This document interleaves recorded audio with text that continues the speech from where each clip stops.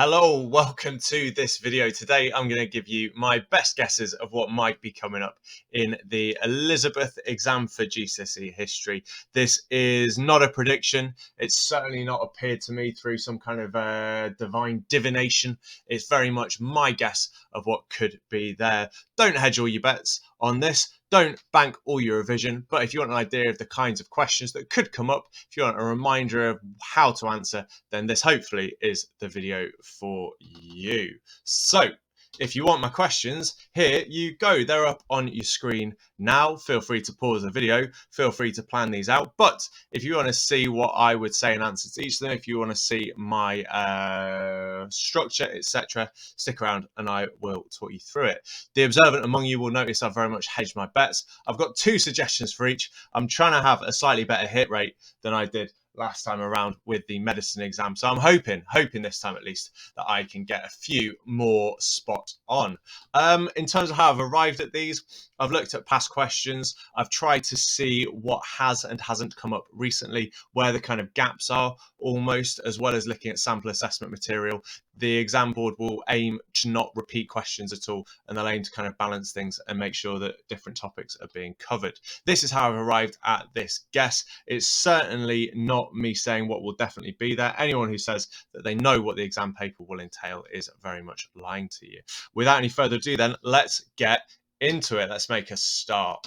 So, question one is going to ask you to describe two features. I've had a little think about what could be coming up with this question, and I've got a couple of suggestions coming your way. So a question which I think could be coming up is one which would ask you to describe two features of the revolt of the Northern Isles. This would be a nice question. In fact, any question that asks you to give two features of any plot against Elizabeth would be really, really nice. Feature one, you could talk about removing Elizabeth as queen, replacing her with Mary Queen of Scots. Feature two, something around making England Catholic again, replacing Protestantism as the main religion. Any question on the plots against her, that would very much fit. That would fit. Two features of education. Education doesn't seem like it's been asked about for quite some time. It wouldn't surprise me if that came up.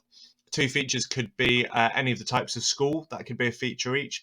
Dame schools, petty schools, grammar schools. For your supporting information, which you need to include, you might want to include the kinds of groups that would attend each of these. What else have I got? Oh, Drake's circumnavigation. I think this would be a bit tricky, maybe, because you couldn't talk about the dates because they give you that in the question. But you could talk about, for example, how he raids Spanish colonies. You could talk about how he steals Spanish treasure.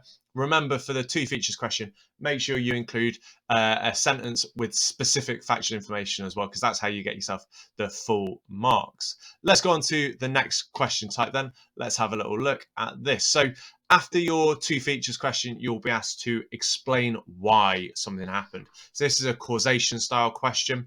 What have I got here? Oh, hello. This is a nice one, isn't it? Explain why the Spanish Armada failed. If this question comes up, you should have a nice smug grin on your face. People's knowledge of the Spanish Armada is, generally speaking, really quite strong. In fact, I actually marked on this paper in 2018, and the 16 marker was on the Spanish Armada, and the answers students gave were genuinely really, really strong. There was generally very good understanding. What could you talk about this? Talk about English tactics, how good they were, so fire ships, etc. You could talk about better guns that the English had, the fact that they were standardized cannon, how that helped to kind of defeat the Spanish. Talk about the weather. You can talk about Spanish mistakes as well. This is a nice question. It's a nice question. Make sure that you don't spend too long on it. 15 minutes is all you would need. How's this one? Explain why there were challenges to Elizabeth's religious settlement. Okay, this is, again, I think, quite a nice question.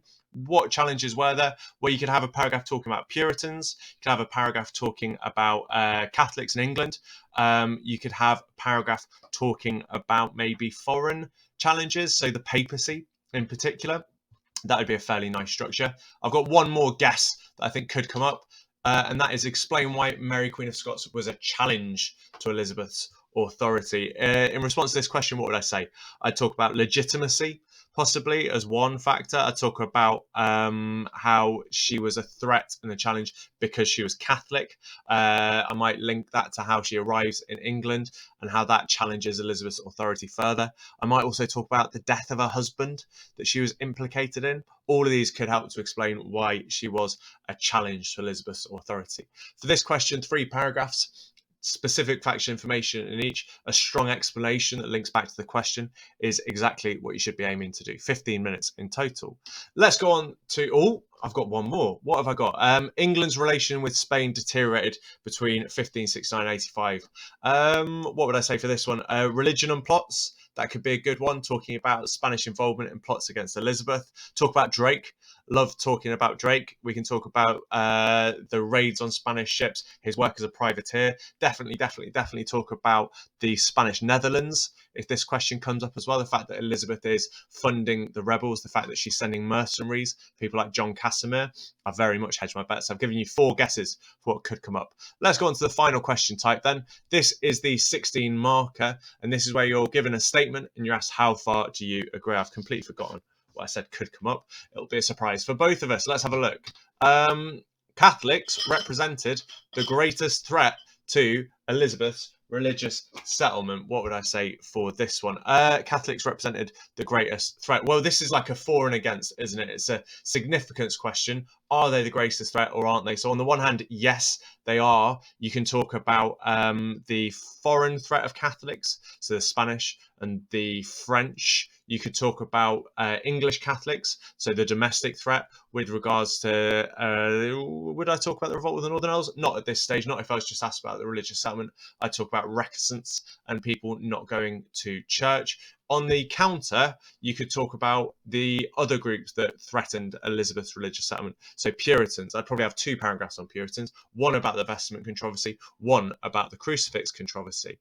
What's this question? The main reason for the failure of the Virginia colonies was Native American resistance. Well, again, this is a significance question.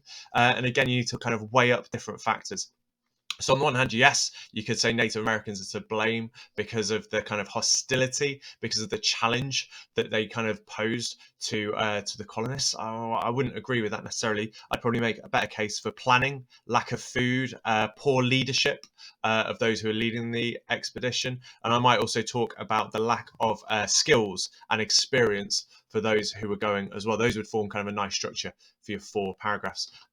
Final question that I thought could come up for the 16 marker. Plots to overthrow Elizabeth became increasingly dangerous between 1569 to 88. So again, this is a bit of an awkward question. So this isn't asking about significance. It's asking about things becoming more dangerous. This is a change question. And there has been the occasional kind of question with that focus on change as opposed to a focus on significance for the 16 markers before. So for this kind of question, you'd be looking at the kind of the progression of those plots. So Northern Earls, Rodolphi, Throckmorton, Babington, potentially Armada, if they gave you 1588 as well, and thinking about did they become more dangerous? I would answer yes, they probably did, because of foreign help, because of the role of Spain, in particular after England and Spain went to war in 1585.